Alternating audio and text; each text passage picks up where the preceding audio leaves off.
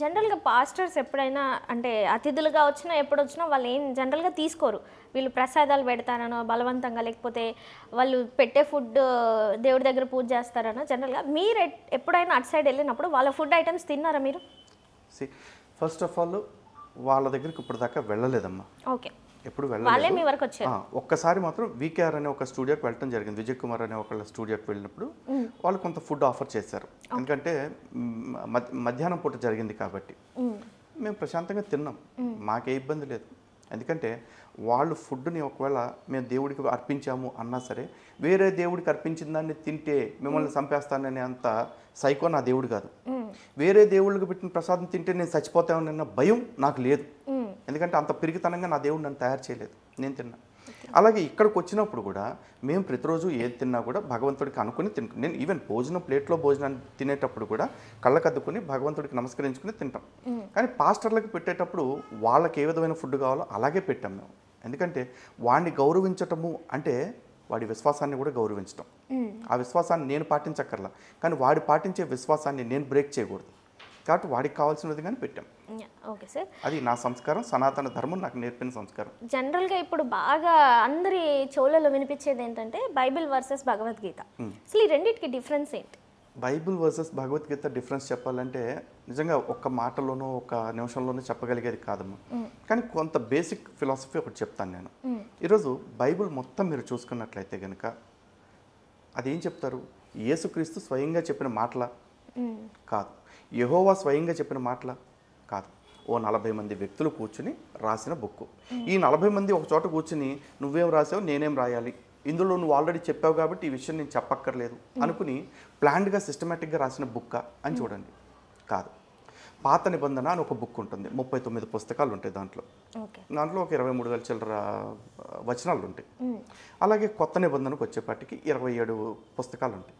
ఆ 27 పుస్తకాల్లో ఒక 7,102 వచనాలు ఉంటాయి. మొత్తం రెండు కలిపి 31,102 వచనాలు విత్ 66 బుక్స్ ఉంటాయి. ఈ 66 బుక్స్ని 40 మెంబర్స్ రాశారు. ఆ పాస్టర్ల కంటే మీరే ఎక్కువ చదివినట్టున్నారు సార్ బైబిల్స్. మా పనే అది కదమ్మా, అన్ని మత గ్రంథాలని చదవాలి కాబట్టి. సో ఇది.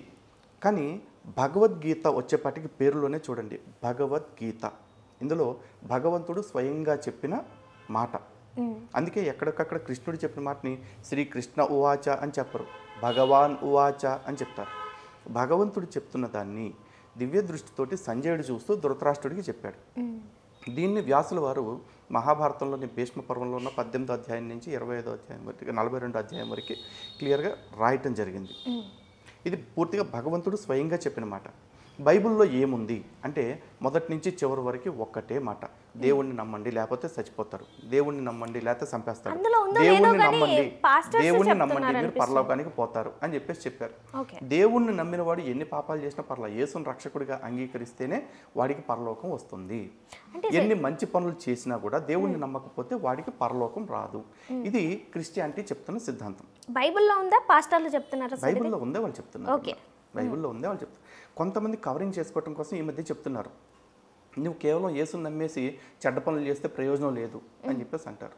మరి అలాంటప్పుడు యేసుని నమ్మటం దీనికి మంచి పనులు చేస్తే సరిపోద్దిగా. ఇప్పుడు నేనున్నానమ్మా, మంచి పనులు మాత్రమే చేస్తా, జన్మంతా మంచి పనులే చేస్తా, ఒక్క పాపం కూడా చేయను. ప్రతిరోజు 1000 కేజీల బంగారాన్ని పేదోళ్ళకి దానం చేస్తూ ఉంటా. సత్యదాకా ఇదే పని చేస్తా. నేను ఒక ఆడదాన్ని ఏడిపించను, మందు తాగను, సిగరెట్ తాగను, అబద్ధం చెప్పను, ఏమీ చేయను. నేను యేసుక్రీస్తు టాపిక్ వచ్చినప్పుడు మాత్రం నాకు ఎవడో తెలియదు అసలు అంట. ఇప్పుడు నేను పరలోకానికి వెళ్తానా వెళ్ళనా? ఒకవేళ వెళ్తాను, నువ్వు మంచి పనులు చేసావు కాబట్టి అని ఎవడైనా క్రైస్తవుడు చెప్పాడు అనుకోండి, నన్ను నా పాటికి మంచి పనులు చేసుకో అని చెప్పాలి, యేసుని నమ్ము అని చెప్పాల్సిన అవసరం వాళ్ళకి లేదు. పాయింట్ ఏంటంటే బతుకున్నప్పుడు దిక్కులేదు కానీ సచ్చినాక తాడలు మెడలు కడుతున్నట్టే ఉంది. సచ్చినాక పరలోకానికి పోతుంది, కష్టానికి పోతుంది, నష్టానికి పోతుంది. ఇప్పుడు ఎట్లా బతుకుతున్నారా నాయన అని చెప్పకుండా పరలోకానికి పోతా అంటే ఇప్పుడే చక్కగా లేదు నీ బతుకు, ఒక పూట తిండి లేదు, పరలోకానికి ఎందుకు మళ్ళా అనేది నా పాయింట్. అంతే అమ్మా. అలాగే ఇప్పుడు యేసుని నమ్మటమే వాళ్ళ జీవితంలో గొప్ప పుణ్యము అని చెప్పేసి వాళ్ళు చెప్తారు. యేసుని నమ్మకపోవటమే పాపం, లేదా యేసు చెప్పిన పనులు చేయకపోవటమే పాపం. అఫ్కోర్స్ పుణ్యం అనే మాట విషయంలో కొంచెం స్టేట్మెంట్ వెనక్కి తీసుకోండి, ఎందుకంటే బైబిల్లో పుణ్యం అనే పదమే లేదు అసలు. ఓకే, యేసుని నమ్మకపోతే నిత్య నరకం. యేసు లేదా యెహోవా ఆజ్ఞల్ని ధిక్కరించడమే అన్నిటికంటే మహాపాపం అంటారు. అదే హిందూ గ్రంథాల్లోకి వచ్చేప్పటికీ మహాభారతంలో వ్యాసుల వారు చెప్పిన మాట ఏంటంటే పరోపకారం పుణ్యాయ పాపాయ పరపీడనం. పక్కవాడికి సహాయం చేయటం పుణ్యం, పక్కవాడిని పీడించుకు తినటం పాపం. ఇది చెప్పారు. ఇక్కడ నువ్వు యేసుని నమ్ముతావా, యెహోవాను నమ్ముతావా, కృష్ణుని నమ్ముతావా, రాముని నమ్ముతావా అని ఎవరు చెప్పలా. ఈవెన్ కృష్ణ పరమాత్మ కూడా భగవద్గీతలో అర్జునుడికి అన్ని మాటలు చెప్పారు కదా కర్తవ్య పాలన గురించి. భగవద్గీతలో 2 అంశాలు ప్రధానంగా ఉంటాయమ్మా, ఏ ప్రపంచంలో ఏ మత గ్రంథంలో లేనివి. ఒకటి ప్రవృత్తి మార్గము, 2 నివృత్తి మార్గము. అంటే బ్రతికున్నప్పుడు మనం ఎలా బ్రతుకుతున్నాము అనేది, అలాగే చనిపోయిన తర్వాత మనం వేరే లోకాలకు వెళ్ళాలంటే మనం ఎటువంటి కర్మల్ని ఆచరించాలి అనేది, ఈ 2 చెప్తారు. ఇది మిగతా ఏ మత గ్రంథాల్లోనూ కూడా చెప్పరు. అన్నిటికీ అల్టిమేట్ టార్గెట్ ఏంటి అంటే, క్రిస్టియానిటీ ప్రకారం చూస్తే యేసుని నమ్మాలి రక్షకుడిగా. యేసుని నమ్మి నువ్వు ఏ పని నుంచి మంచి చేస్తావు, చెడు చేస్తావా, నమ్మి చెయ్యి.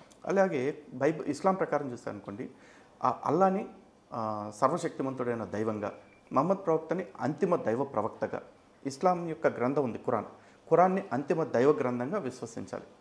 అప్పుడే నీకు జన్నత్ వస్తుంది. కానీ హిందూ గ్రంథాల్లో ఏం చెప్తున్నారు, భగవద్గీతలో ఏం చెప్తున్నారు, ఉద్ధరేత్ ఆత్మనాత్మానం నా ఆత్మానం అవసాధయేత్ ఆత్మైవ హి ఆత్మనో బంధువు ఆత్మైవ రిపురాత్మన అని చెప్పారు. అంటే నిన్ను ఎవడో ఉద్ధరిస్తాడు, ఎవడో వచ్చి కాపాడతాడు అని ఎక్స్పెక్ట్ చేయకు. నీ ఆత్మ నిన్ను ఉద్ధరిస్తుంది. నీ ఆత్మే నీకు శత్రువు, నీ ఆత్మే నీకు మిత్రుడు. కాబట్టి నీ ఆత్మ ప్రబోధానుసారం నువ్వు పని చేసుకుంటూ వెళ్ళు అని చెప్పేసి చెప్తున్నారు. సో ఇక్కడ జీవుడికి ఒక రకమైన మోటివేషన్ ఇస్తున్నారు. కర్తవ్య పాలన ఎందుకు చేయాలి, ఎలా చేయాలి, అలాగే చేసే కర్మలు ఎటువంటి జ్ఞానం కలిగి చేయాలి అని చెప్పేసి చెప్తున్నారు. సో మౌలికంగా ఇది డిఫరెన్స్. Okay sir. జనరల్గా దేవుళ్ళు ఎంతమంది హిందూ పురాణాల ప్రకారం? ఒక్కడేమో. మరి వెంకటేశ్వర స్వామి అంటాం, శ్రీకృష్ణుడు అంటాము, ఆంజనేయ స్వామి అంటాము, రకరకాలుగా ఉంటాయి. మరి ఈ పేర్లను ఎందుకు ఒక్కరికే గుడి కట్టేసి అన్ని టెంపుల్స్ అవే ఉంచుకుంటే సరిపోతుంది కదా? చేసుకోవచ్చు, ఎవరు వద్దంటలేదు కదా. హిందుత్వం దాన్ని వ్యతిరేకించట్ల. ఇక్కడ హిందుత్వంలో సగుణోపాసన ఉంది. అంటే భగవంతుడిని విగ్రహంగా చేసుకుని ఆరాధన చేసుకోవచ్చు.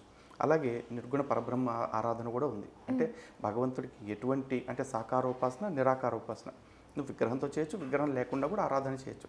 ఈ రోజు కూడా సనాతన ధర్మంలోనే భాగమైన ఆర్య సమాజికులు విగ్రహారాధన గురించి వాళ్ళు భిన్నమైన అభిప్రాయంతో ఉన్నారు. విగ్రహారాధన చేయరు.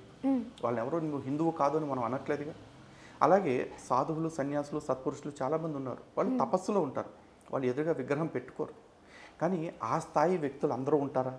ఉండరు. అటువంటి వాడికి విగ్రహంలో దేవుడిని చూస్తానంటే, విగ్రహంలో నేను విగ్రహంలో ఉండను, నాకు విగ్రహం పెడితే నేను చంపేస్తాను అని అనట్లా. నువ్వు ఇక్కడ చూడాలనుకుంటున్నావా, ఇక్కడ కూడా చూసుకోరా పిచ్చోడా, నేను ప్రపంచం అంతా నిండి ఉన్నాను, అంతా నిండి ఉన్న నీ విగ్రహంలో నేను ఉండనా? ఇక్కడ కూడా నేను ఉంటాను కదా. కాబట్టి ఇందులో కూడా చూసుకో అన్నాడు. ఇక దేవుణ్ణి ఇన్ని రకాలుగా ఎందుకు పూజ చేస్తారు అంటే, ఒక మనిషినమ్మ, ఈరోజు ఒక స్త్రీ ఉంది, ఒక అమ్మాయి, తన తల్లిదండ్రులకి ఏమవుతుంది? కూతురు అవుతుంది. అదే ఆ అమ్మాయికి ఒక బిడ్డ పుడితే ఏమవుతుంది? తల్లి అవుతుంది. ఆమెకు పెళ్ళి అవ్వగానే ఏమైంది? భార్య అయింది. ఆ పిల్లలకి పిల్లలు పుడితే ఏమవుతుంది? అమ్మమ్మ అవుతుంది. ఒకే మనిషి ఎంతమందికి ఇన్ని అయినప్పుడు, ఒకే పరమాత్మని ఎంతమంది ఇన్ని రకాలుగా చూసుకుంటే వచ్చే నష్టం ఏంటి? భగవంతుడు సర్వశక్తిమంతుడు కదా. భగవంతుడు సర్వశక్తిమంతుడు, సర్వవ్యాపకుడు అయినప్పుడు సర్వస్వతంత్రుడు కూడా కదా. ఆయన ఎవరైనా రూల్స్ పెట్టి నువ్వు ఈ చక్రం దాటి బయటకు రావడానికి వీల్లేదు అని రాజ్యాంగం రాసి దేవుడు నాకు సర్కిల్లో ఉంచేసే శక్తి ఎవరికైనా ఉంటుందా? అలా ఏమి ఉండదు. కానీ ఆయన సర్వస్వతంత్రుడు, ఎలాగైనా ఉండగలిగిన దేవుడు మనకిచ్చిన మాట ఏంటి? అత్యుద్ధానం అధర్మస్య తదాత్మానం సృజామ్యహం అని చెప్పారు. ఎప్పుడెప్పుడు ఏదైతే అవసరం అవుతుందో, అంటే అధర్మం పెరుగుతుందో, అప్పుడు నన్ను నేను సృజించుకుంటాను అన్ని రకాలుగా అని చెప్పేసి భగవద్గీతలో స్వామి చెప్పారు. ఇదే మాట పురుష సూక్తంలో కూడా చెప్పిన మాట ఏంటి? అజాయమానో బహుదా విజాయతే అని చెప్పారు. అసలు పుట్టుకే లేనివాడు అనేక జన్మలు తీసుకుంటాడు అని చెప్పేసి చెప్పారు. ఒక్కడే అన్ని రకాల జన్మలు తీసుకున్నాడు, అన్ని రకాల రూపాలు తీసుకున్నాడు. అలాగే ఏకం సత్ విప్రా బహుదా వదంతి అని కూడా వేదం చెప్తుంది. ఉన్నది ఒకటే సత్యం. ఆ ఒక్క సత్యాన్ని ఋషులు రకరకాల పేర్లతో పిలుచుకున్నారు. కాబట్టి ఎలాగైనా మనం కొలుచుకోవచ్చు, ఎంతమంది ఒకడే. కానీ ఆ ఒక్కడే అన్నింటా ఉన్నాడు కదా. అనోర్ అనియాన్ మహతోర్ మహియాన్, అణువులో అణువంత ఉన్నాడు, బ్రహ్మాండంలో బ్రహ్మాండం అంతా నిండి ఉన్నాడు. ఆ ఉన్నవాడు ఈ టేబుల్లో ఉన్నాడు, ఈ ఫోన్లో ఉన్నాడు, నీలో ఉన్నాడు, నాలో ఉన్నాడు.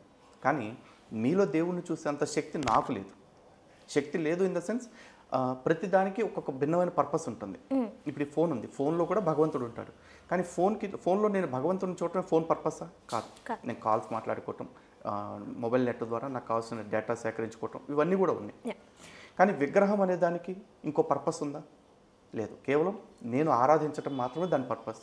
కాబట్టి భగవంతుడిని విగ్రహంలో నేను చూస్తున్నా. భగవంతుడి కోపం రావట్లేదు కదా. నువ్వు ఇక్కడే అట్లా చూస్తావురా అని చెప్పేసి నన్ను అనట్లేదు కదా. పోనీ ఈ విగ్రహారాధన చేసిన వాళ్ళందరూ చచ్చిపోతున్నారు, ఈ విగ్రహారాధన చేస్తున్న వాళ్ళు కొన్ని వేల సంవత్సరాల నుంచి బ్రహ్మాండంగా బతుకుతున్నారు. ఈ విగ్రహారాధన చేయని వాడు ప్రపంచంలో ఎవడో లేడు. ఇప్పుడు క్రిస్టియన్స్, ముస్లిమ్స్ ఉన్నారండి, వాళ్ళు విగ్రహారాధన చేయరంటారు. వాళ్ళ చేతిలో ఒక పవిత్రమైన పుస్తకం పట్టుకుని ఇది పవిత్రమైంది సరే అంటారు. విగ్రహారాధన లేదంటారు, మరి మరియమాత లేదంటే సిలువుకి యేసయ్యని వేస్తారు కదా, మరి అది విగ్రహారాధనే కదా. వద్దామండి, కానీ దానికంటే కూడా ఫస్ట్ వీళ్ళు విగ్రహారాధన చెయ్యము అనేవాళ్ళు చర్చ్ పెట్టుకుంటారు. చర్చ్ చాలా పవిత్రమైంది అంటారు కదా.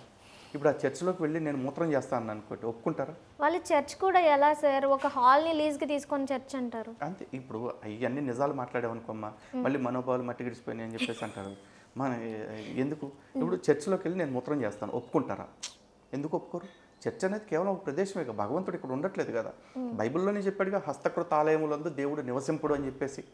అది హస్తకృత ఆలయం అంటే చేతులతో కట్టింది కదా, అక్కడ దేవుడు లేడుగా. నాకు అర్జెంటుగా వస్తుంది, రోడ్డు మీద ప్రకృతిని పాడు చేయడం కంటే మీ హాల్లో పోస్తాను, అన్ని పరిశుద్ధపరుస్తుంది కదా మీ చర్చ్. నేను వచ్చబోసిన ప్రదేశాన్ని కూడా పరిశుద్ధం చేసేస్తా.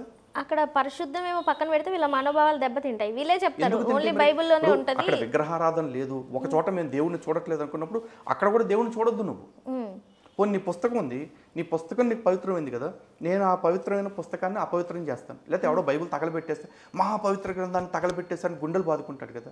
అసలు ఆ పుస్తకంలో దేవుడు లేనప్పుడు నీకెందుకు కొట్టుకుంటావు? ఇంకో బుక్ ప్రింట్ చేసుకో, సరిపోయింది కదా. దానికి పోయి వాడి మీద కేసులు పెడతాం, వాడిని కొట్టడం, వాడి మీద దాడులు చేయటం ఎందుకు? క్షమించలేవా? నేను మొత్తం క్షమించమని చెప్పింది కదా శత్రువుని సైతం. నేను నీ శత్రువుని, నేను నీ చర్చ్ పాడు చేయాలనుకున్నా నేను నీ శత్రుత్వంతో ఉన్నాను కాబట్టి నీ పట్ల, నీ బుక్కును తగలబెట్టాలనుకుంటున్నా నీ పట్ల శత్రుత్వంతో ఉన్నాను కాబట్టి, నీ దేవుణ్ణి అమ్మనాభూతులు తిడుతున్నా నేను నీ పట్ల శత్రుత్వంతో ఉన్నాను కాబట్టి. నువ్వు క్రైస్తవుడు అయితే, నువ్వు నిజంగా నీ పుస్తకాన్ని నమ్మితే, నువ్వు నీ దేవుడి మాటలని నమ్మితే ఫస్ట్ నన్ను క్షమించు. ఇది పెద్ద హంబక్కమ్మ. ఫస్ట్ ఆఫ్ ఆల్ క్షమించే గుణం ఏసుకే లేదు.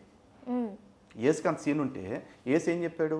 నిన్ను వలే నీ పొరుగు వారిని ప్రేమించు, నీ శత్రువుని సైతం ప్రేమించు అని చెప్పాడు అంటారు వీళ్ళు. నేను యేసు శత్రువుని, ఎందుకంటే యేసు ఎవరో నాకు తెలియదు, యేసు గురించి నాకు నా బొచ్చు కూడా తెలియదు. ఇప్పుడు దానికి యేసు అంటున్న మాట ఏంటి? ఈ లోకమునందు నేను నీకు తెలియదని నీకు సాక్ష్యం ఇచ్చిన ఎడలా, నీవు సాక్ష్యం ఇచ్చిన ఎడలా, పరలోకమందు నా తండ్రి ఎదుట నీవెవరో నాకు తెలియదని నేను సాక్ష్యం ఇస్తాను అని చెప్పేసి అన్నాడు. ఇంకా చిన్నపిల్లలు కొట్టుకుంటారు చూడు, అరే నీ బర్త్డేకి నాకు చాక్లెట్ ఇవ్వలేదుగా, నా బర్త్డేకి కూడా నీ చాక్లెట్ ఇవ్వను అని చెప్పేసి ఇట్టగా ఉంది ఎవరు. నేను నిన్ను వ్యతిరేకించానని చెప్పి నన్ను పరలోకానికి పోనివ్వను అంటున్నావు. నువ్వు ఇంకా క్షమించేదేంటి? నువ్వు క్షమాపణ నేర్పేదేంటి? ఇంకా దేవుడు ఎక్కడ ఉన్నాడు అక్కడ? మరి ఇంకేముంది? కానీ ఇక్కడ భగవద్గీతలో శ్రీకృష్ణ పరమాత్మ ఒక మాట చెప్పారమ్మా, అద్వేష్ట సర్వభూతాన మైత్ర కరుణయేవచ అని చెప్పారు. అంటే బైబిల్లో ఏం చెప్పాడు? నిన్ను వల్లే నీ పొరుగువాడిని ప్రేమించు అన్నాడు. ఇక్కడ అద్వేష్ట సర్వభూతానం మైత్ర కరుణయేవచ అంటే నీ చుట్టుపక్కల ఉండే ఏ జీవరాశి పట్ల, మనుషులు ఒక్కళ్ళే కాదు, జంతువులు, కుక్కలు, గాడిదల పట్ల కూడా నువ్వు ప్రేమగా ఉండు, ద్వేషభావం లేకుండా మైత్రి కరుణ భావనతో ఉండు. అంటే విత్ ఫ్రెండ్షిప్ అండ్ కంపాషన్ ఉండమని చెప్పారు. ఒక్క మనుషుల్ని మాత్రమే ప్రేమించమని చెప్పిన ఆ మతం గొప్పదా? మనుషులతో సహా ప్రతి జీవరాశిని ప్రేమగా చూసుకోమని చెప్పిన సనాతన ధర్మం గొప్పదా?